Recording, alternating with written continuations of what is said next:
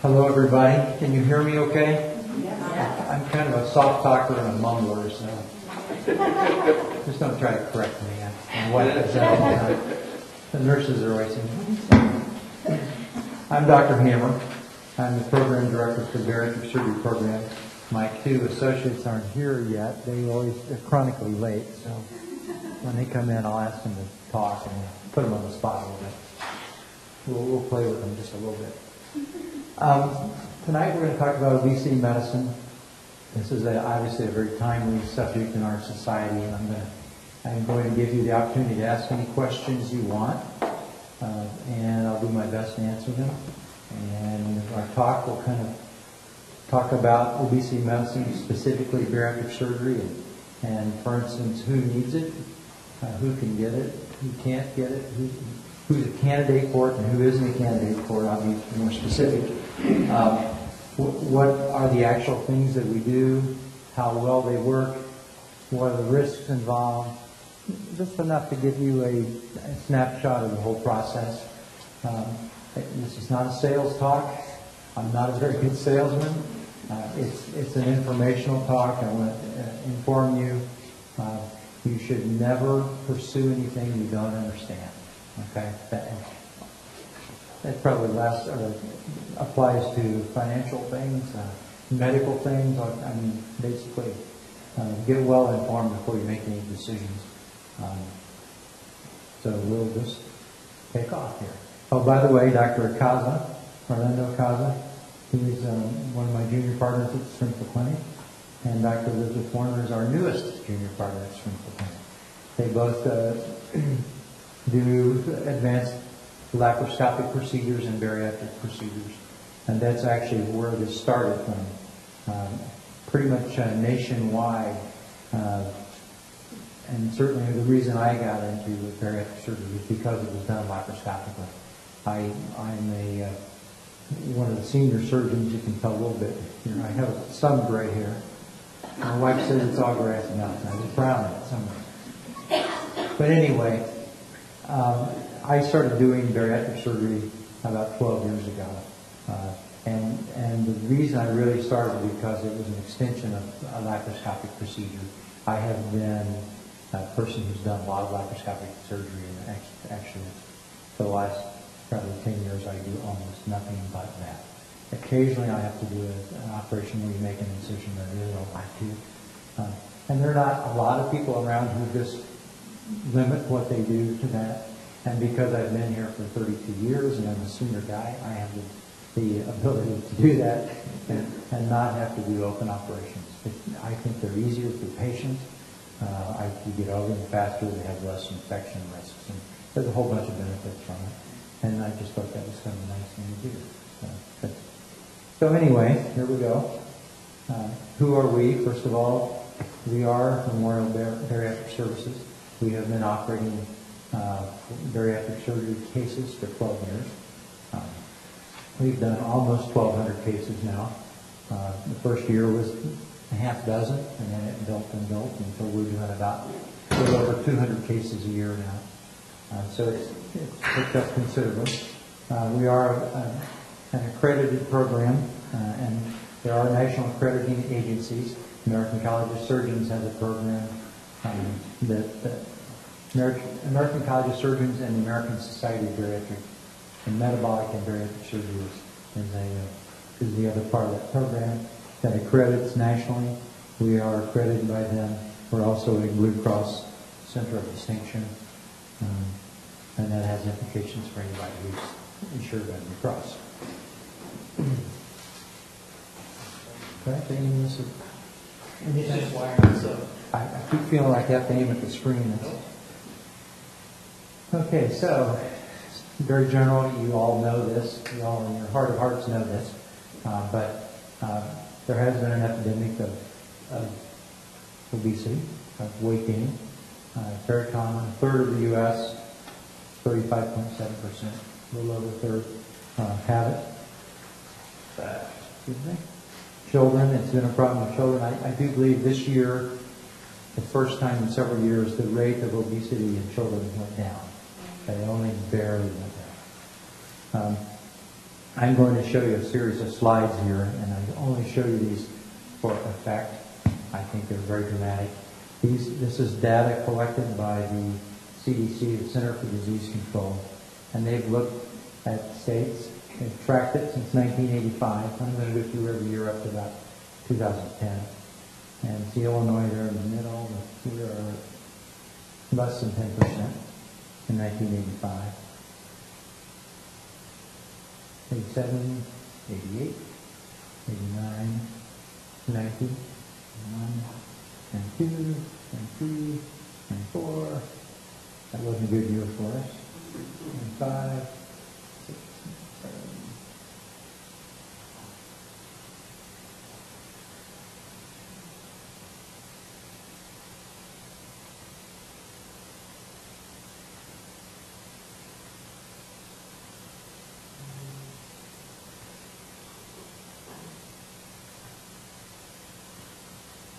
So the moral of the story is you should be from Colorado.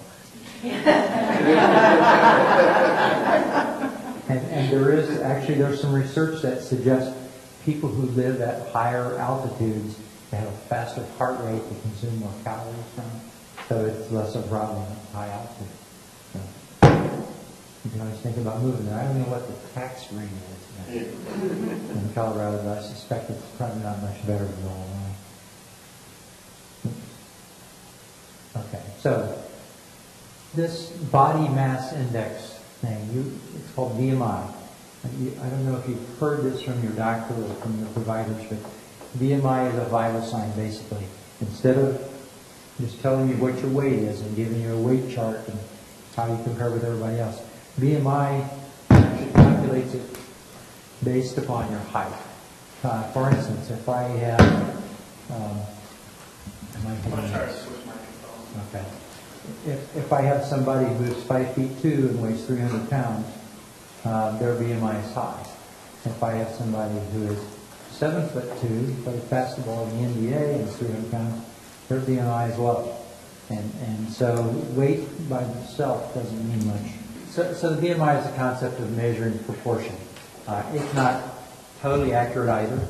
Bodybuilders, people who have really high muscle mass, their BMI is skewed, and it's probably not accurate. For the rest of us, who are not bodybuilders, it's a pretty good way of comparing apples to apples and oranges to oranges. And these classifications, ideal weight is a BMI of 19 through 24.9. WHO's World Health Organization, so this is a part of the United Nations. It may not mean anything to some people. Overweight is 25 to 29. Class 1 obesity is 30 to 34.9. Severe obesity, class 2, 35 to 39. Morbid obesity is over 40, and super is over 50. And the further you go from top to bottom, the more risk involved. Okay, the more risk that you will have a shortened lifespan. Yes, sir. Is there a formula that doesn't involve kilograms and meters? There is. I didn't get that one. Okay. There is a formula. I can't remember exactly the conversion factor.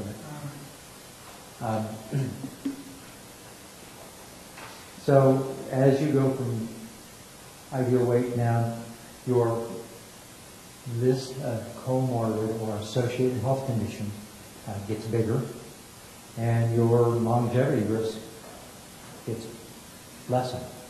Okay? So who are the candidate populations for a bariatric procedure? Not somebody with a normal BMI, okay?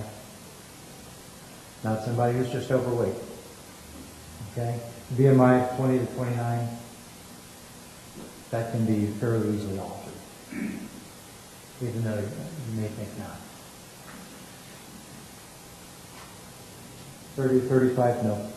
Still not except in some left-hand patients by some insurers.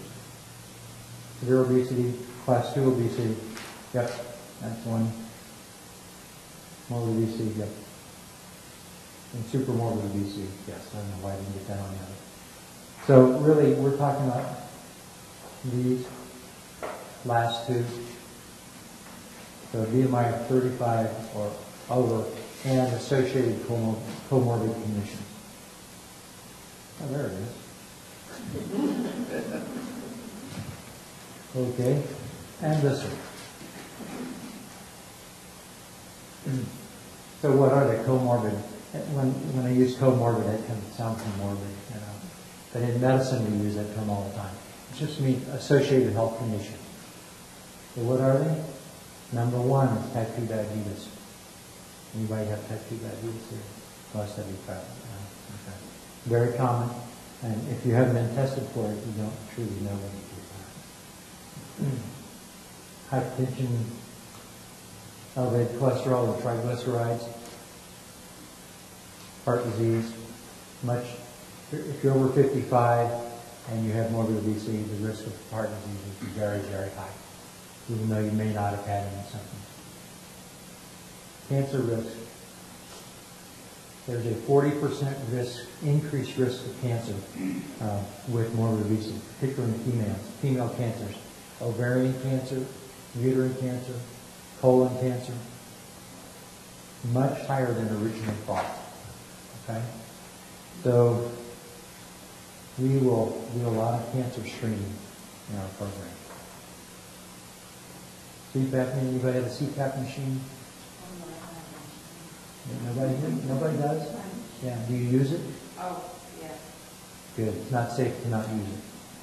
Now, I can usually tell who has sleep apnea in the program because, and it's usually guys, they'll fall asleep. I have a very monotone voice, and I'm usually boring, and they'll fall asleep. And it's just they haven't been tested for it. Fatty liver disease is very common. Almost anybody who's overweight even has it. 20% of patients who have fatty liver disease, that will progress to cirrhosis. That can be altered if you lose weight. That's something people don't talk about very much. It's not thought of even by the doctors. GERD, you know what GERD is? Gastrointestinal reflux. The more pressure you have in your abdomen is a finite volume. The more stuff you get in it, the more pressure you have. Pressure makes you want to anything to find a release for the pressure. So and acid comes out of the stomach up into your esophagus. Women often have urinary stress incontinence if you sneeze or laugh because of pressure in your abdomen. Use it for your bladder. Any kind of inguinal hernia. Guys' inguinal hernias are always worse. Umbilical hernias are very common. Those are all pressure phenomena. And those are a few of the others. Degenerative joint disease, bad knees, bad hips, feet. The pressure on those joints is what destroys your cartilage. Asthma. Asthma is it's called a bronchospastic disorder. When you exert yourself, you walk a flight of stairs or 2 flights of stairs and you find that you're pretty short of breath, that may be bronchospastic disorder just from your weight. Arthritis really goes along with this. Depression is very common. Degenerative spine disease, it's the same concept except it's on the between the vertebrae, on the disc space. The disc gets squashed. Deconditioning, infertility is extremely common in young women. Pseudotumor cerebri is chronic headaches that aren't explained by any other mechanism. It's because too much pressure in your head. They go away with weight loss. Urinary stress incontinence we talked about. Polycystic ovary syndrome, PCOS, is very common. These are women who do not menstruate and have infertility and they have a little hair in their chin sometimes. Chronic ankle edema, very common.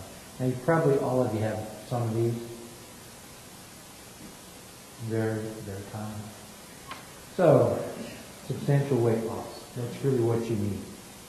Okay?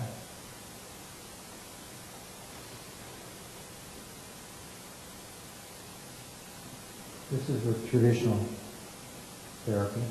Weight at 275 pounds, and over the first year, you go down to 175 pounds. But the third year, you're back up, back down, back up. That seesaw, that's the most common pathway of all of us. Okay? It's hard to keep it off. That's what we try to do with weight loss surgery. We want to get you down, we help you get down, and we want to keep you down. We want to get rid of that back and forth that you may go your whole life struggling with. And that is called recidivism, the big red R. Oops, I'm going to have to leave. I figured out where I am. Sorry. Recidivism is weight regain, okay? And I call it the big red R because that's our enemy. That's what we want to get rid of, okay? And how do we do it? In bariatric surgery, we have the best track record at getting rid of that list of comorbid conditions. And I'll show you what our track record is here in a little while. But the design and the goal of bariatric surgery is to get your BMI or your weight down, keep it down, and in addition to get rid of that list of comorbid conditions. Okay? Now you don't all have every one of those things. I do see patients who do have almost every one of those things. And here's how we do it. Okay? The gold standard in the United States is the gastric bypass. It's done about 95% of the time through a laparoscope now. We have not done an open operation for a primary bariatric procedure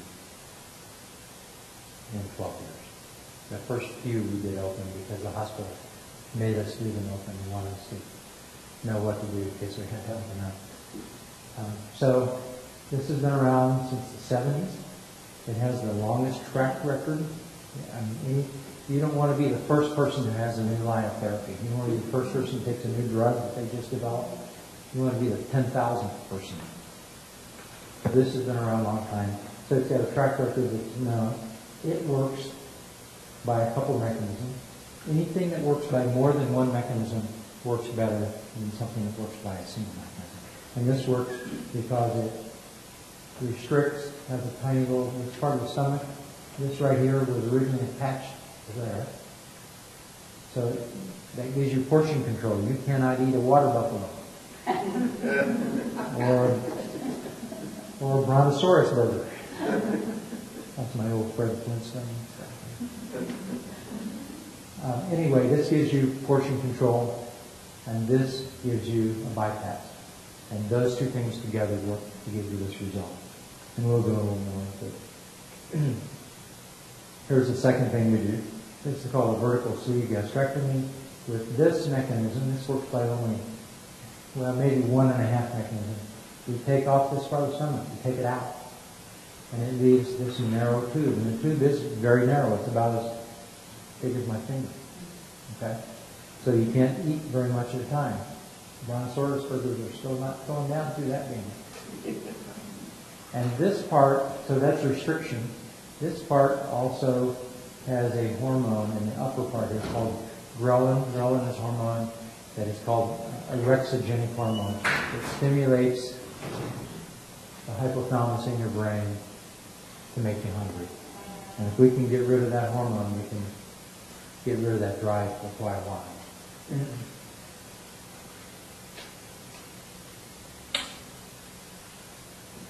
The third thing to do is lap bands. This is Dr. Akaza. I think his picture is. See, I told you to be late. Thank you for starting this event. Thank you for pointing that out. Yeah, nice. Yeah. We got our Easter outfit on today. Like an Easter egg.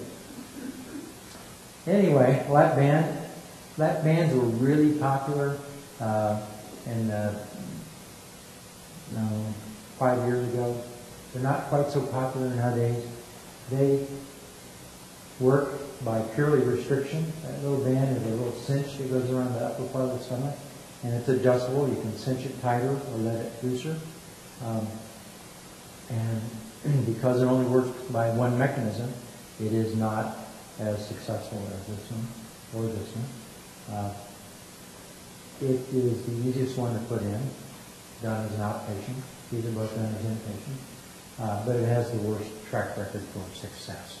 So when you choose what to do, you got to look at the whole picture, how successful it is, how risky it is, what's my long-term outlook for this. So here, when we look at those comorbid conditions that I said, those associated health conditions, these are from our program. We looked at back pain, and the blue resolved, so about 39% resolved, 61% were better. Depression, the real one here is reflux, 2/3 are better. Diabetes, that's the number one deal here. 72% of them went away, went into total remission, and 28% were better. Now that 28% comes from folks who've had, if you've had diabetes for more than 10 years, your odds are that you're not going to make it go away. You're probably going to make it better. Fewer meds, less lower blood sugars, but not probably make it go away all the way. Sleep apnea, we're the CPAP machines 80% of the time. Urinary tract incontinence, gum disease, high blood pressure, lipids. Okay, so if you were to look at the whole spectrum of medicine, there is not a single line of therapy anywhere in medicine that does all this. Okay? There's no single pill that does that. Matter of fact, to manage all these conditions, if you had all these, you would take at least one medicine for this, maybe two. You would have a CPAP machine. You can't do a lot for that. You may have an operation for that. Your arthritis and several non-steroidals, perhaps. Blood pressure medicine is usually a polypharmacy, multi-medication. But you add all this up, you get a handful of medicine. Substantial weight loss and keeping it off will deal with all of us. And there's nothing that equals that for medicine. This has been studied many times, and actually there's a group at Cleveland Clinic that updates their population reporting, and it was recently in the New England Journal of Medicine to just substantiate those findings, particularly with diabetes. You get long-term resolution of diabetes. If you had type 2 diabetes and you get rid of it and you didn't even lose a pound, you are still far healthier than you would be otherwise. Diabetes type 2 is the number one cause of blindness, the number one cause of kidney failure, the number one cause of loss of a toe or a foot or an extremity. It's in the top 3 causes for heart attacks and strokes. So that alone is worth getting rid of.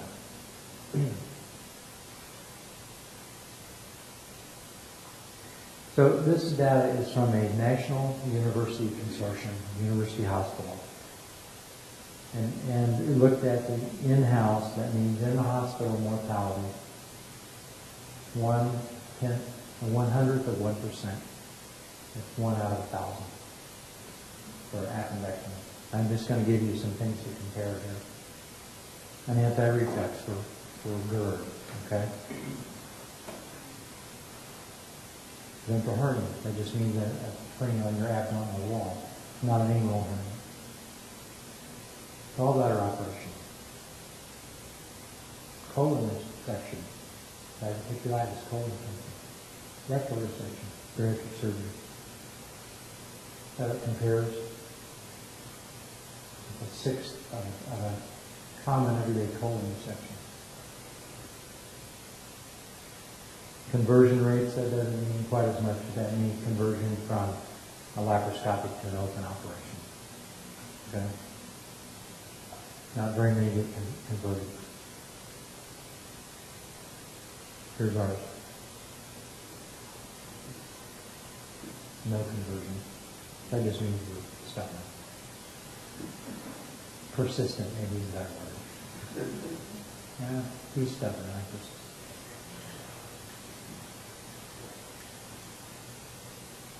So what is the future? If I could read the future, I wouldn't be here. I'd be at the racetrack. So surgical genomics is the genetics of bariatric surgery. There are genetic studies being undertaken right now to try to identify who is the best patient to respond to surgical therapy and which operation is the best one. And there are likewise all kinds of other genetic studies. For instance, who's at risk from certain medications causing problems, and which chemotherapy is best for your breast cancer or that. Those are all things that are being looked at. This is a really, really growing area. In 5 years, this will be commonly used, I believe, in medicine, not just in bariatrics. Other thing people are doing is they're trying to redesign the food process. The sugars in our food, there's a lot of push to change that. In New York City, they banned sugary drinks. A lot of societal changes are on the way. It's just a natural evolution of us trying to be healthy in an environment where we are flooded every day with all kinds of signals about food. Okay, I'm going to go back here. I'm going to let Dr. Akazi talk. He said up there he didn't get to talk. He's going to talk a little bit more about the operation. When I walked in here, Dr. Hammer was talking about the lab plan, which is this operation here. This is one of the 3 operations we offer at Memorial. This is the simplest of the 3 operations. It works by the mechanism that is just basically restricted. We put a band around the G junction, and it keeps you from overeating, restricts the amount of calories you take in. It has no hormonal mechanism. It's easy to put in. It takes about 35 minutes to do it laparoscopically. It can be removed just as easy, but most patients come in thinking, well, I can have this procedure put in. If I don't lose any weight, it is reversible. It can be removed. However, when I tell my patients, it's not, we take it out, there's going to be changes around the G junction in that location. There's going to be scar tissue. There's going to be things that if we try to do something else, it may be more difficult to do.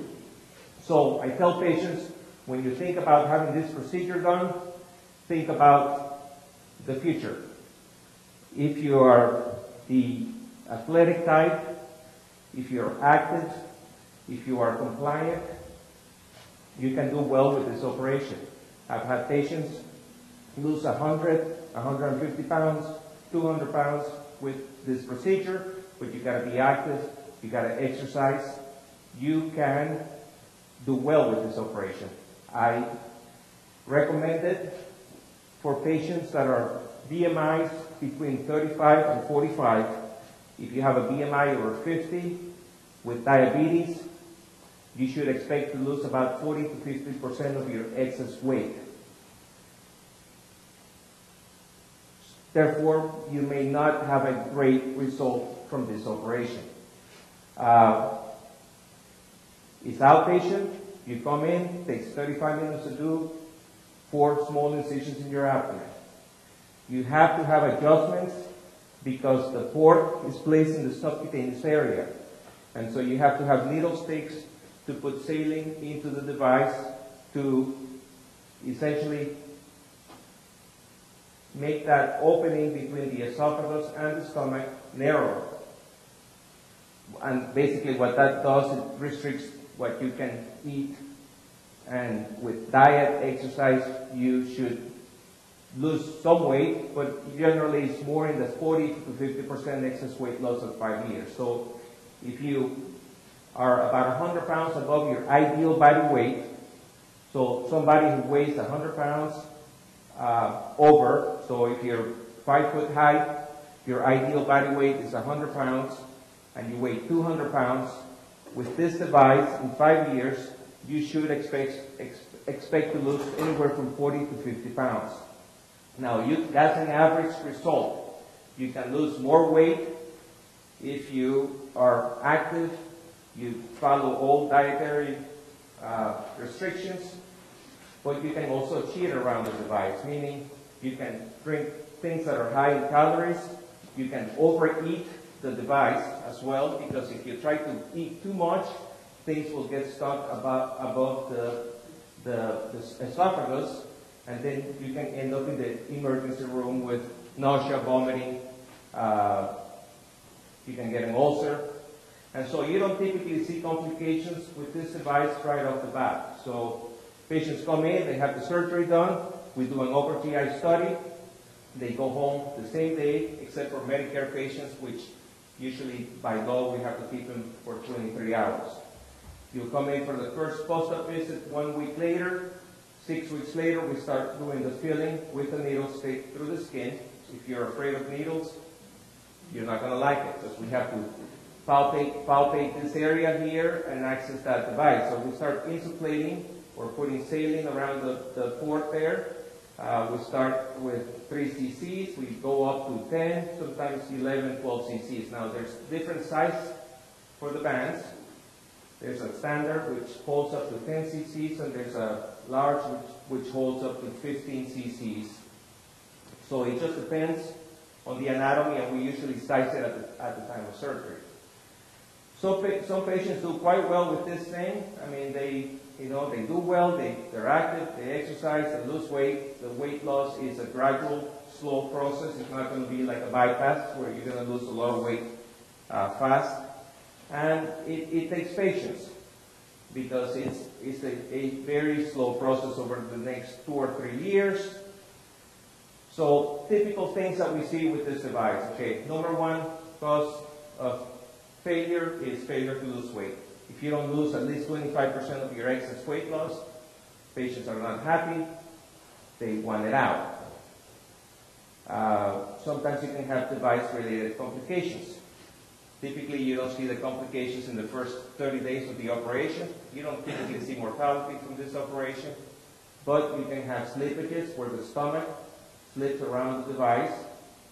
And sometimes we see patients from other programs that have the device put, and they have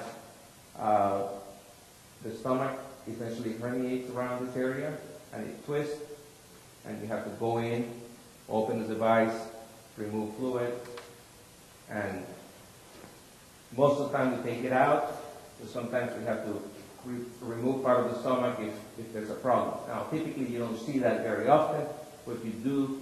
If there's enough bands being put out there, then you will see a few in the emergency room.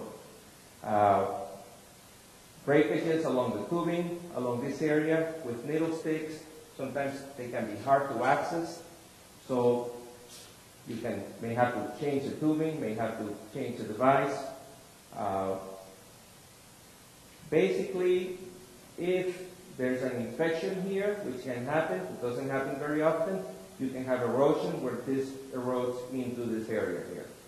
That happens less than 1% of the time.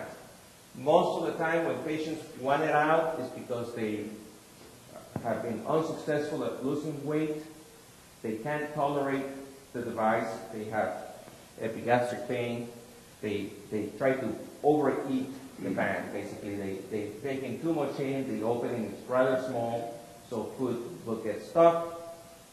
They can get ulcers, they can have pain, and they have it removed. Now, some patients do quite well. I've had patients lose enough weight with this, they're active, they exercise, they follow instructions, and they do well.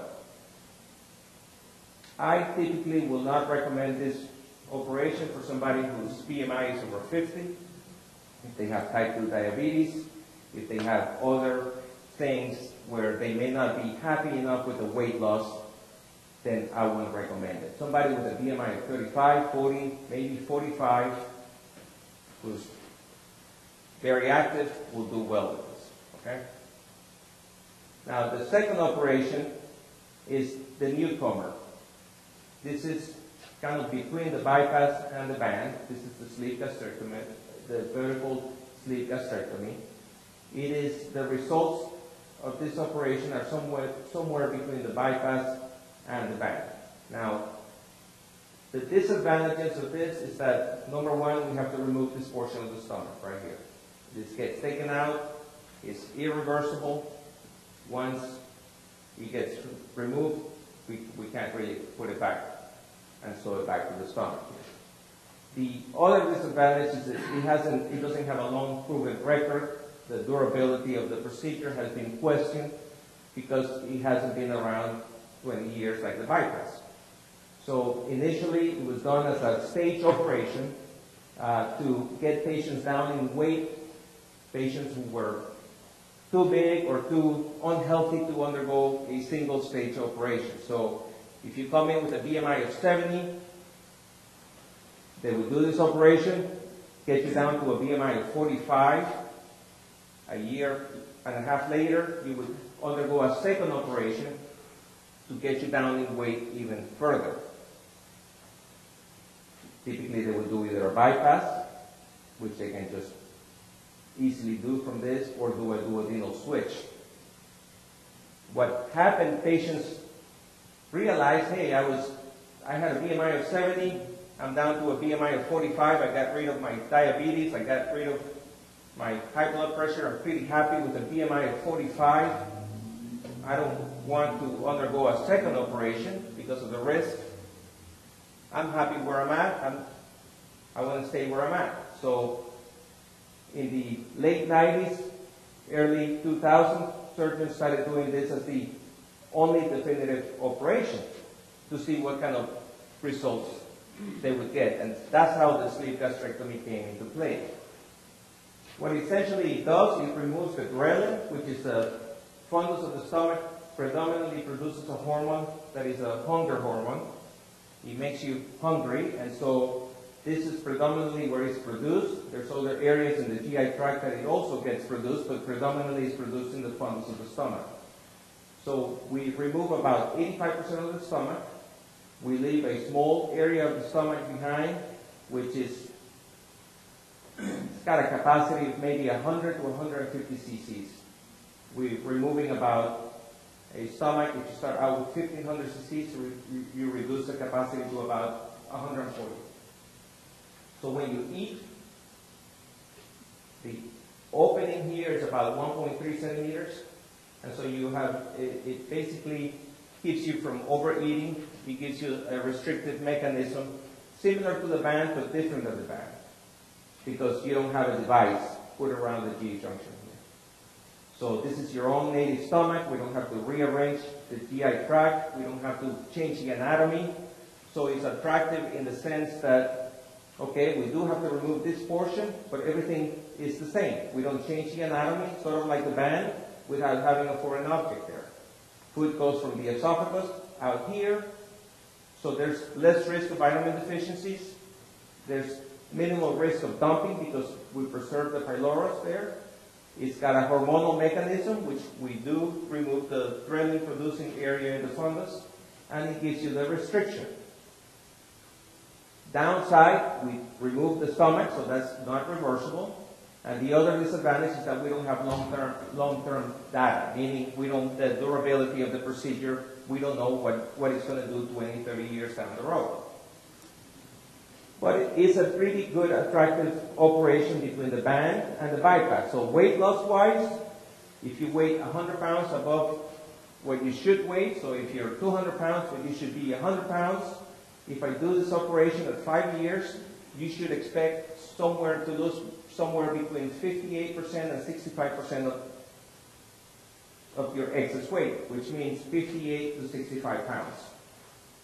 Now, I've had patients who lose 100% of their excess weight. I just operated on a lady Monday that had a gastric bypass. Her son had this procedure a year ago. He was 393.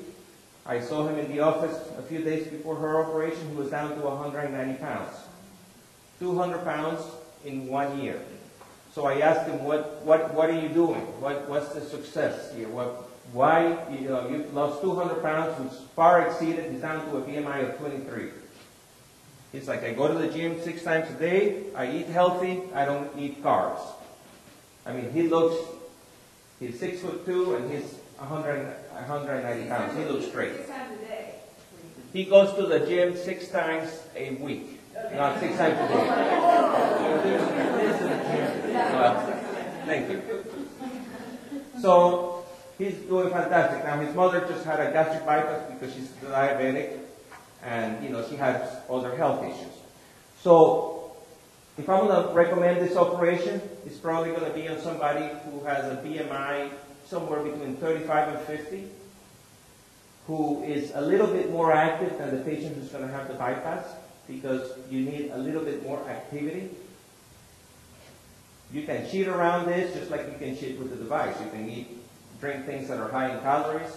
You can snack all day, and you're not going to lose the weight, which is why we recommend you go through the classes in the multidisciplinary program, so we can teach you, what not to do, teach you how to, eat right, exercise correctly, and be active. If you're not active, I don't care what I do here, you're not going to lose enough weight, okay? So you have to have some level of activity. You have to comply with your diet, exercise, and everything. It's a great operation because it's safer than the bypass. Mortality for this is probably under 1%. Leak rate along the suture line and bleeding is pretty low. Probably this is the safest operation as far as complications you can have in the first 30 days. This is probably the second safest operation you can have. Okay? And it gives you weight loss somewhere between the bypass and the band. It's also pretty good at, when you lose enough weight with this operation, you will get rid of your high blood pressure, diabetes, sleep apnea, everything that, all the comorbidities that we talked about. Now, lastly is the bypass. Most patients that I talk to are afraid of this operation because you can see all the rearrangement that we have to do in the GI tract. It's obviously confusing because we have to come down here, and this portion of the intestine is actually connected to that portion of the intestine, and we cut it out, and we bring 150 centimeters up to a little pouch that we create from the big stomach. So essentially this is your new stomach. It's about 30 cc's, about the size of an egg, very small, and we bypass 150 centimeters of intestine. So this operation works by actually 3 different mechanisms. If you look at this one, this is purely restrictive. If you look at this one, this is restrictive plus hormonal. If you look at this one, it's restrictive because we are restricting how much you can eat. We size the pouch so that it's small enough that you can't, if you try to eat too much or too fast, you're going to throw it right back off. We also restrict you because we make that opening the size of a quarter. It's small enough that it will allow you to drink enough, eat the necessary things, but it won't allow you to overeat, because if you try to overeat, you're going to throw up. Second mechanism is malabsorption. Food doesn't start getting absorbed until it hits the common channel, which is down here. So we are bypassing this much bowel plus about this much bowel. So downside to that is that it will give you much better weight loss than these 2 other operations, because any operation that incorporates 2 mechanisms, such as restriction and malabsorption, is better than any operation that will only incorporate either restriction with a hormonal. Also, it has other mechanisms that are hormonal. By bypassing this area, we upregulate certain hormones in your GI tract, where we actually see improvement of diabetes within a couple of days of doing the operation without the patients having lost any weight. So this operation, to get rid of your diabetes, high blood pressure, you got to lose enough weight to have that success. With this operation, you have to lose enough weight also to get rid of your diabetes, high blood pressure, sleep apnea. With this operation, you can get rid of your diabetes, or we never get rid of the diabetes, you put it in remission. But you can, within days of the operation, we see patients sometimes going home with a normal glucose, meaning we take them off the metformin oral medications. And I've had patients on 200-300 units of insulin a day who go home on no insulin or requiring very little insulin, and within 3 to 6 months, needing no insulin. And if they don't completely get rid of their medications, they can usually have such a dramatic improvement that it's going to improve their overall health and life expectancy. Most patients, like Dr. Hammer pointed out, if you've been a diabetic less than 10 years, not on insulin and well controlled, you have about an 84% chance of getting rid of the diabetes within a year. If you're a diabetic who's already on insulin, you've been a diabetic more than 10 years, if you're a poorly controlled diabetic, then your chances drop to maybe 50%. But it's still better than 0%. And most patients show significant improvement. Now, the downside to this operation is that there's more potential for complications here. We're doing rearrangement of the GI tract. We're doing 2 anastomosis here. You are bypassing this area, so you have a higher risk of vitamin and mineral deficiencies, which is why we put you through the classes, so you have to take your vitamins, you have to be compliant with that. There's more risk for intestinal obstruction down the road. After you have this operation, you will lose a tremendous amount of weight within a year.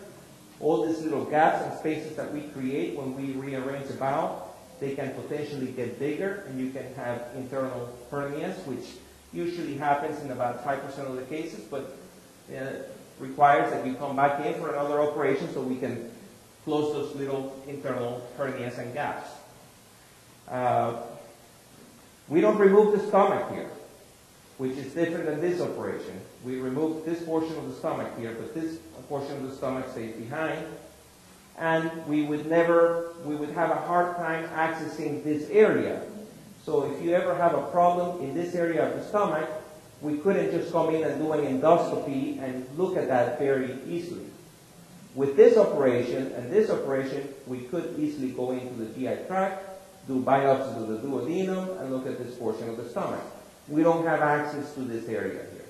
I just recently had a lady that had a gastric bypass, and she had a colon cancer, and they thought he had spread to this area, but we had no way to biopsy. So I had to go in laparoscopically, put a trocar right through here, and I had to do the endoscopy by putting a hole into the stomach through the skin, and I was able to biopsy this area of the stomach, which was much more difficult. Basically, I had to do another operation to get that done. So in essence, the mortality is a little higher than this operation. It's 0.3% versus 0.1% versus 0.08% for this. Higher potential risk and complications, which are not really high, but they are higher than the other two. There's a potential for developing ulcers and strictures here, so we don't let you have aspirin or aspirin products, patients who are on medication for their arthritis. That can cause ulcers and can cause narrowing and strictures in this area here. So there's a lot more to think about. So who do I recommend this operation on? If you have a BMI of 50 or greater, if you have a BMI of 40 and you're a type 2 diabetic, this is a great operation. But especially if you have a BMI greater than 50, if you're a diabetic, if you could stand to lose a little bit more weight, if I do this operation, you're looking at losing about 70 to 75% of your excess weight at 5 years. You can lose more weight if you're active and compliant and do the things I would tell you, but average is about 70 to 75% of 5 years. So those are the 3 operations we offer at Memorial. Typically, when you come into the office to talk about an operation, sometimes patients haven't decided which one they want to do, and typically we kind of look at their profile, their comorbidities, their medical history, their abdominal history, and we tell them, well, we think you would do best with this operation, but if you don't want this operation based on the risk, this would be your second best option, and we try to educate patients so they can make an intelligent decision as to how they want to proceed. I have one. Why do you not remove the stomach on the back bypass? Because you don't need to. It just sits there and it sits there and secretes fluid and mucus and acid, and it just drains into the duodenum, and removing the stomach would just add another hour of the operation that you don't need to have done because it really doesn't give you any benefit. So we don't remove the stomach, we just leave it behind. We really don't do that unless we get really bored.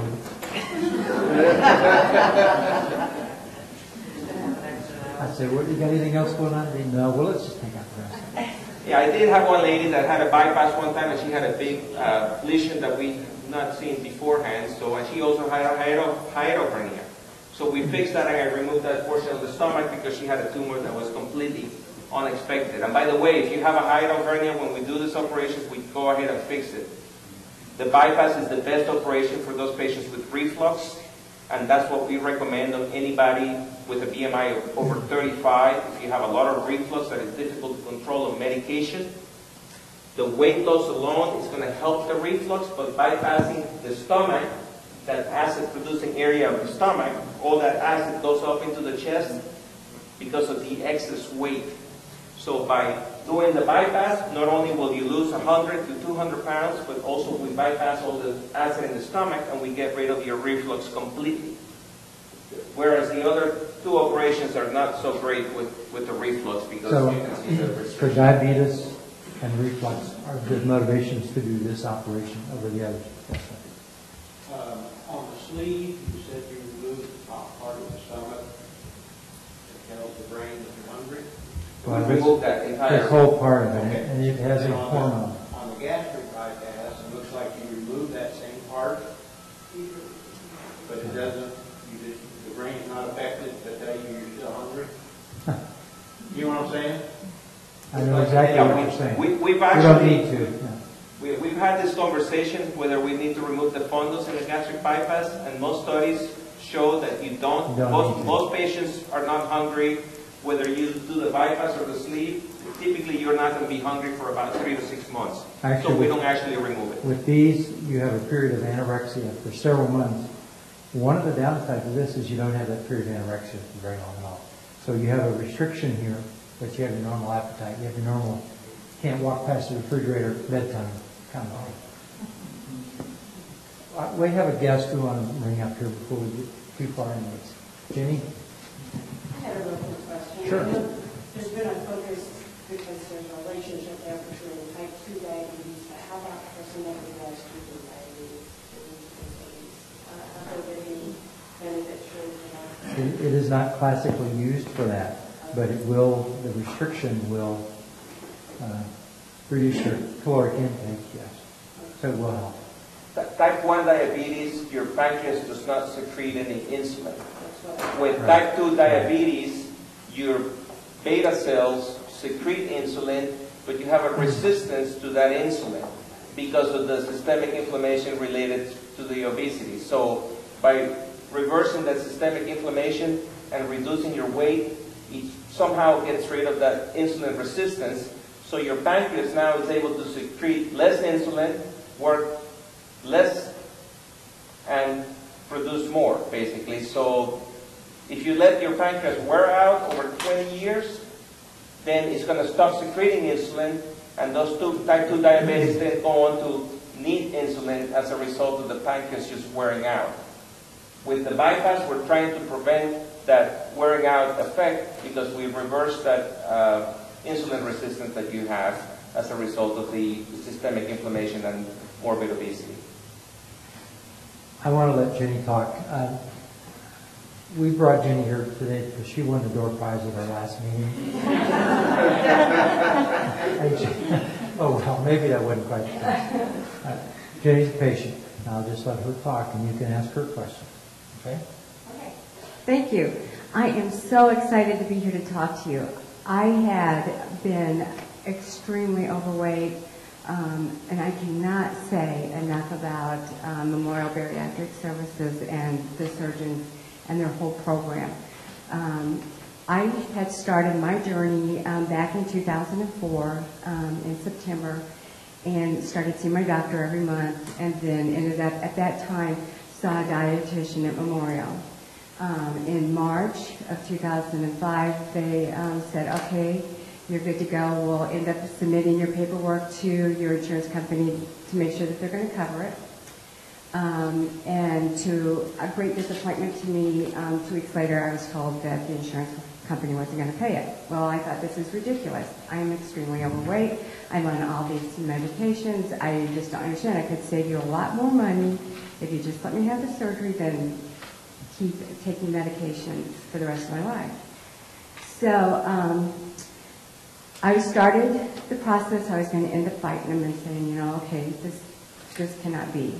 And then I found out that I had breast cancer, so that put everything on hold. I figured, this is more important for me to get myself healthy again and then pick it up later on. And I had kind of forgot about it because I was working to get healthy. And it wasn't until my daughter sorry, I get emotional about this stuff. My daughter got married in 2008, and I happened to see a picture of me and thought, oh my gosh, who's this person? I don't know who this person is. I was on a lot of medication. I am a diabetic. I was on 2 types of oral and insulin. I have been a diabetic since 1996, and I've been on insulin since 2000. I was on acid reflux medicine. I was on depression medicine. I was on a sleep apnea machine. And I decided, I cannot keep living like this. I had trouble bending over, picking things up. I couldn't tie my shoes. I was always tired. When I was younger, everybody was having a hard time keeping up with me when we walked. When I went for walks, I was the one dragging behind. So I decided, this is enough. At my top weight, and that was when I was going through chemo, and I understand that, you kind of get bloated with that, I weighed 260 pounds. When I decided to get back into the program, it was January of 2008, and 2009, sorry, and I decided this is it. And so I started seeing my doctor again every month.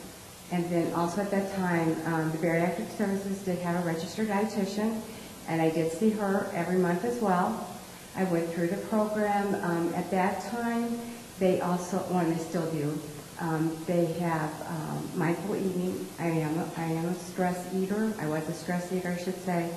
They taught me how to control that and how to take my thinking to other directions to keep my mind off of the food and all. And so then by June, they submitted me to my insurance company, and they did approve me. With my work, I couldn't take off to have a surgery done, so I waited until September. I went and saw Dr. Hammer August the 26th of 2009, and I was going for the lap band. I thought, this is what I want to do. So we sat down and talked, and he said, okay, why do you want to do this? And I told him about all the medications, and I definitely wanted to get off the diabetic medicine and the Lantus. And at that time he said, 82% of the people that end up having the gastric bypass gets off all their medications. So that's all that he had to say to me. Okay, I'm with it. So then on August the 30th, I took the last of my soda. I was up to probably 6 liters of soda a day because that's all I drank. I didn't drink water. I didn't drink tea. I didn't drink milk. I hate milk. So I didn't do all that. So I was drinking a lot of Diet Pepsi. And so that was the last time I did that. I ended up going on the 2-week program that you need to go on before you have the surgery. Went in August the 28th and had my surgery. By the time I got out, I was off all my medications, except I had to still take my diabetic medicine, and I was still on insulin. Because you have to realize, I was a diabetic for 9 years, and 4 of those years I was on insulin. So I thought, okay, this still isn't bad. I had one of the diabetic medicines that they ended up taking away, so you figure this is pretty good, and all. So I ended up having surgery. It was well worth it. I've had people, I've gone to work out and stuff, and people, especially at the beginning, they go, well, yeah, I could lose weight too if somebody ended up cutting on me so that I couldn't eat as much. And I looked at them and I said, but you don't realize This is just a tool. This isn't a magic pill. You have to work at keeping it off and taking it off. You have to watch what you eat. You have to exercise. It's the same thing as what everybody else does. And, you know, at the beginning, I was working out twice a day just because I was so obsessed with it and I wanted to get it off. And within a year, I had lost about 110 pounds. And after my first winter, getting through it, I ended up putting 10 pounds on. And I thought, I am not going there. I did not go through all this to put this weight back on. So I started getting strict again and was watching what I was eating. And I lost that 10 pounds, and then I lost an additional 10 pounds. I do watch what I eat. I do try to keep my weight between 133 and 136. I am kind of obsessive about that, so I keep a handle on it. They don't really recommend that you weigh as much as I do, but that's the way I control it. I think everybody handles that differently. I've had people ask me, would you do this again? And I tell them in a heartbeat. You know, it was like the most life-changing thing I've ever done. If I weighed what I did before, I wouldn't be standing up here because I would not feel comfortable in front of people, especially talking to people. And I always felt like people were kind of looking at me and I never could go up and talk to people. In January of last year, I was lucky enough to get hired by Memorial Bariatric Services, and that was probably the second best thing, you know, from the surgery that I enjoy. I get to meet people that are going through the same thing that I've gone through. When they find out I've had the surgery, they ask me questions. I am thrilled to talk to them about it. I'm always willing to help anybody out. If they get a little uncertain about things, you know, I try to put things in perspective, try to give them an idea of kind of what I've gone through, but I also let them know that each individual is different because I don't want them to come back and say, well, you told me this, you know, type of thing. So, you know, I try to be cautious about that. Whenever the patients come out and say, oh, I just got released, I'm going to have surgery, and I'm just excited for them as, you know, as probably they are because I know what they're going to go through and I know that they're going to be excited about it. And so I get all excited with them, you know, and then they go, well, I'm a little nervous, and it's like, that's to be expected. You're going to have major surgery. And so when they asked me if I do this, I said, oh, definitely. I'd love to talk about Memorial Bariatric Services. I've known other patients that have not had it done here, and I'm not even saying just in Springfield, but other locations, that they've told me, okay, they did the surgery, and then I just go back and see the doctor. I don't see anyone else. Our staff is so devoted to you. You are part of our family. We want to see you succeed, and they are there for you. If you ever have any problems or you get discouraged, just come and talk to them, and they're there to help you.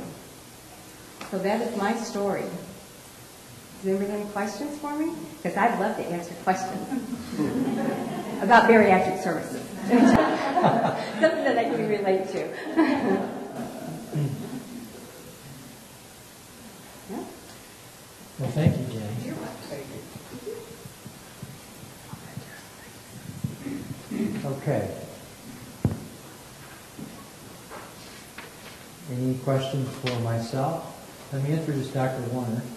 She, by the way, is on call tonight, so she was a little late, but she was working.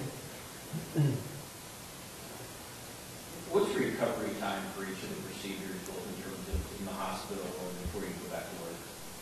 Well, the recovery time is different for the procedures. First of all, this is done as an outpatient. It is a general anesthetic, and it takes about 45 minutes. You could go back to work within a week. Okay, you will be a little sore. You will have 4 little incisions. Recovery time for this is a little longer. These actually have a similar recovery time.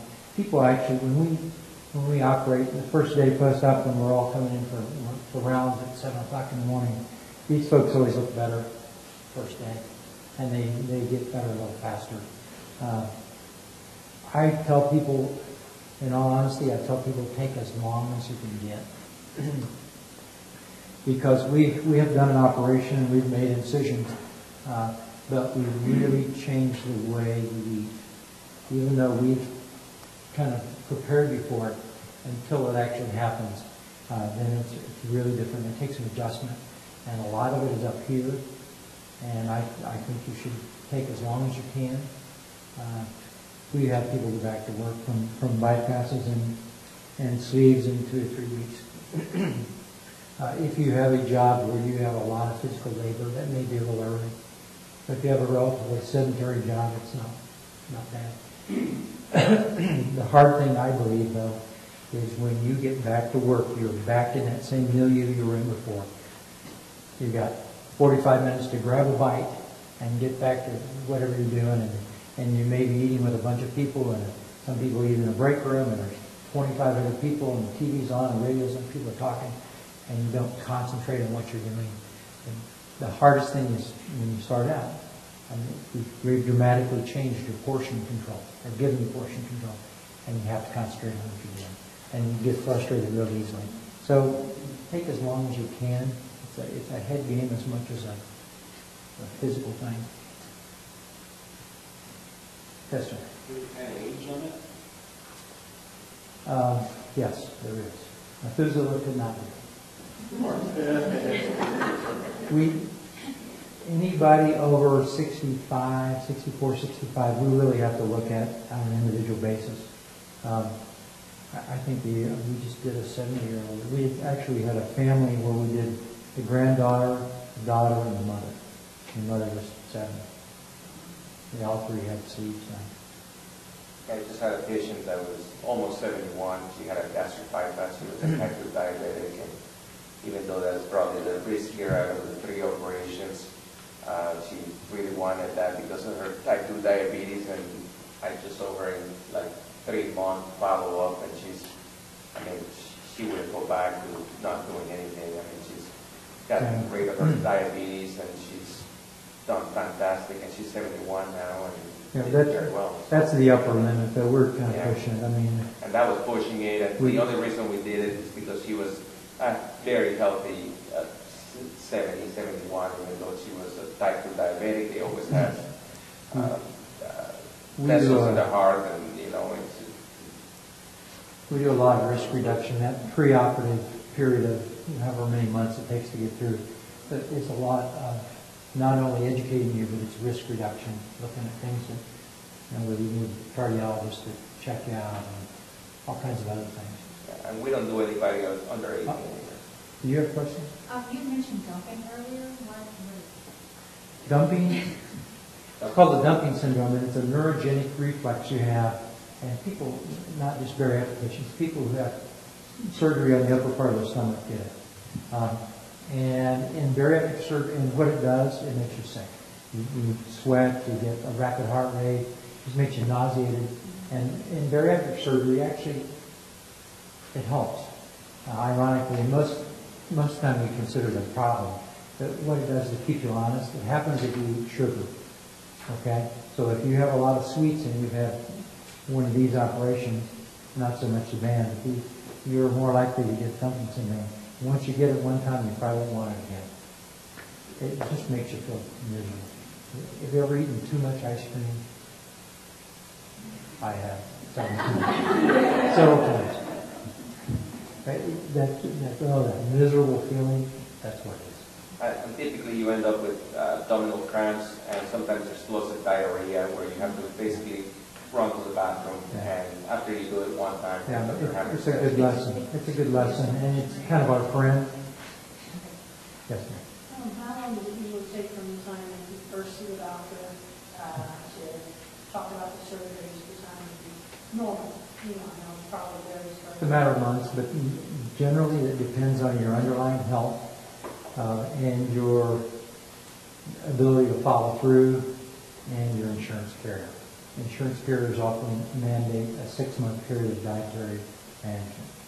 And we take advantage of that 6 months. While you're doing that, we're going to give you an education. And I'll be honest with you, the 3 phases that you go through when you do this. First phase is the evaluation phase, where we look at you and do the blood tests and things like that.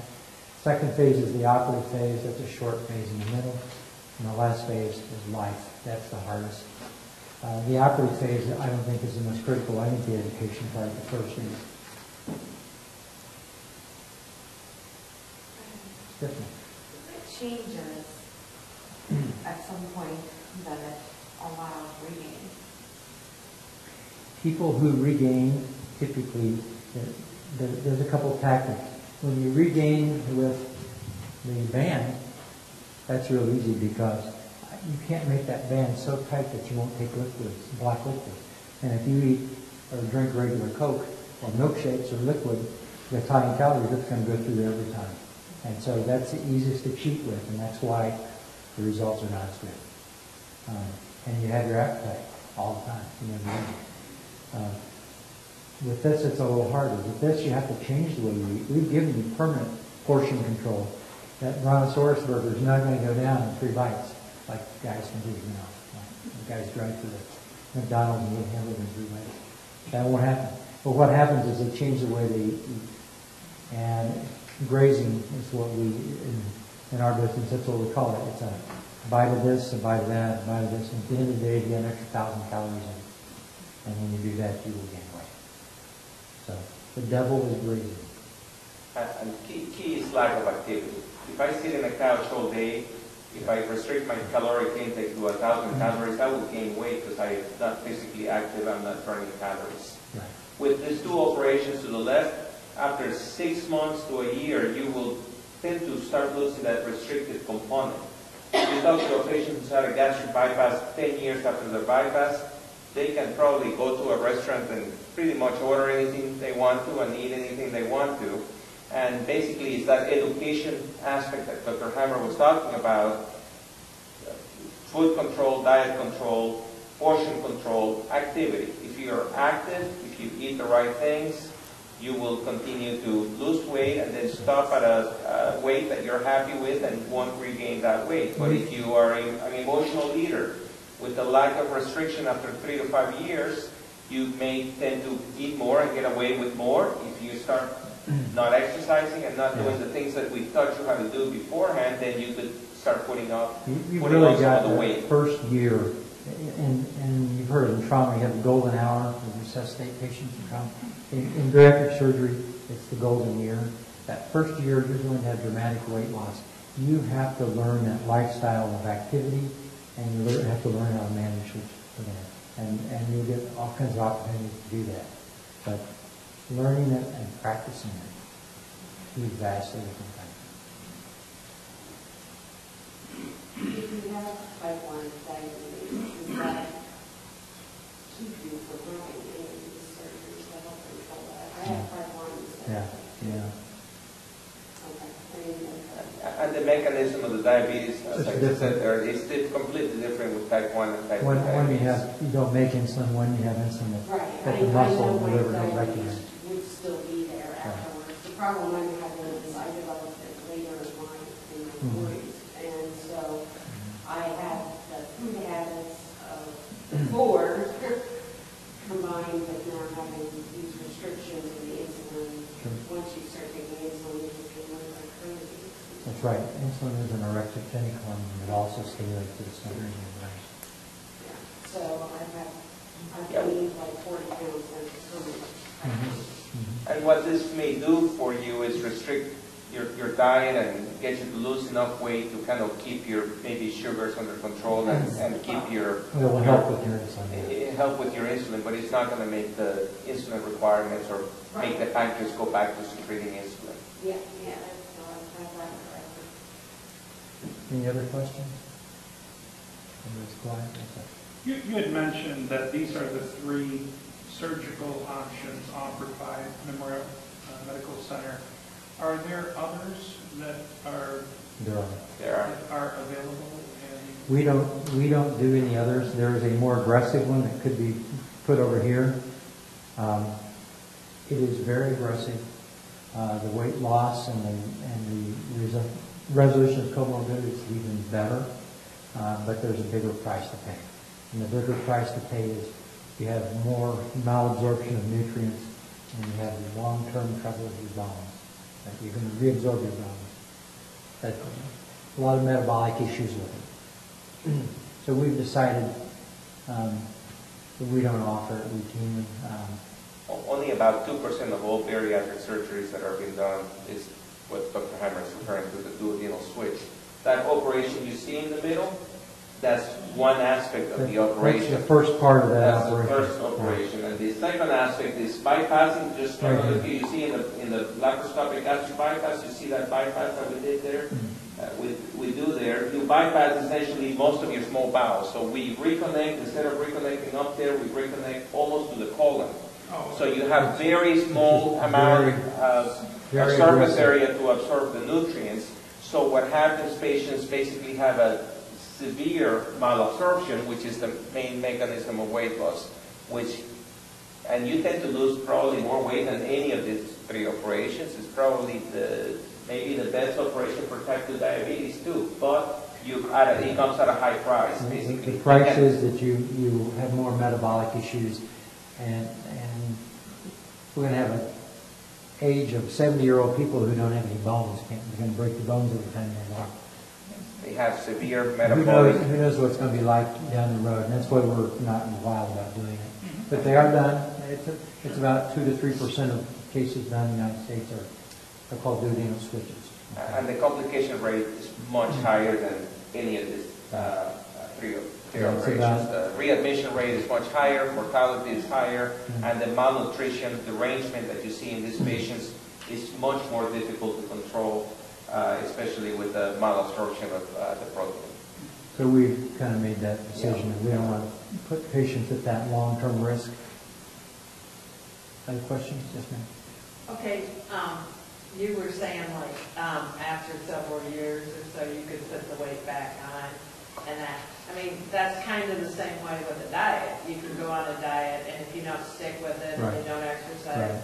you go back to, so do you So- down the road, have more education to keep people? Well, we want you to stay in touch. There is data that show that if you go to support groups, you do 20% better than the average person. Now, we don't pass out magic pills if it's support group. There's something about keeping awareness.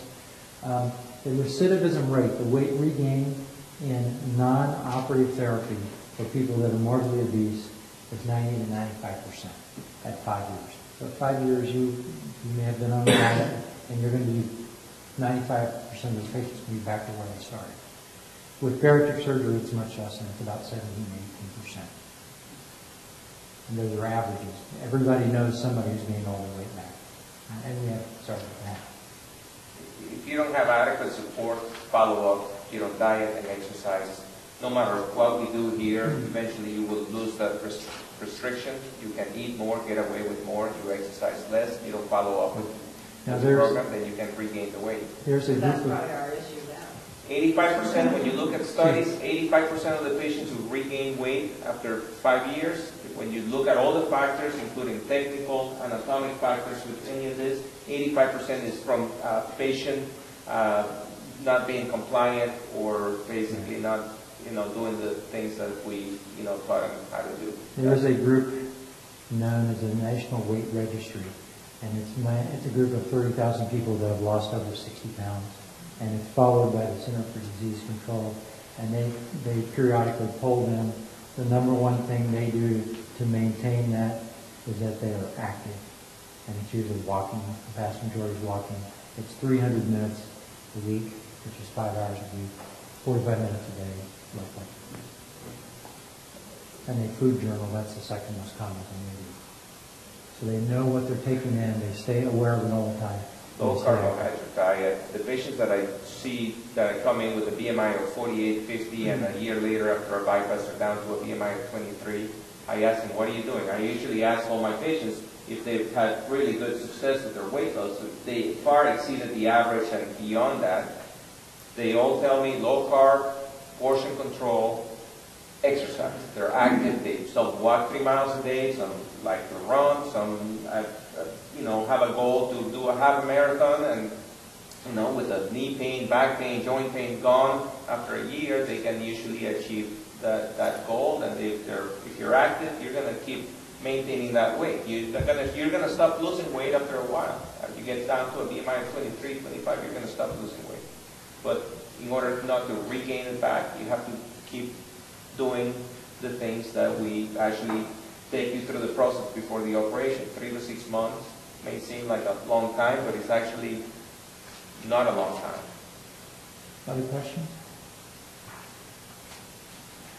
I have osteoarthritis in my back. Mhm. Like right now, the longer I sit, when I first get up, it's really hard moving and Sure. stepping and walking. So like you have a surgery and you need to exercise as part of it. Can you start Can a you do it? gradual, or how do you do that? If You your know, back's still hurting. We don't make you jog the first day. Oh, Okay?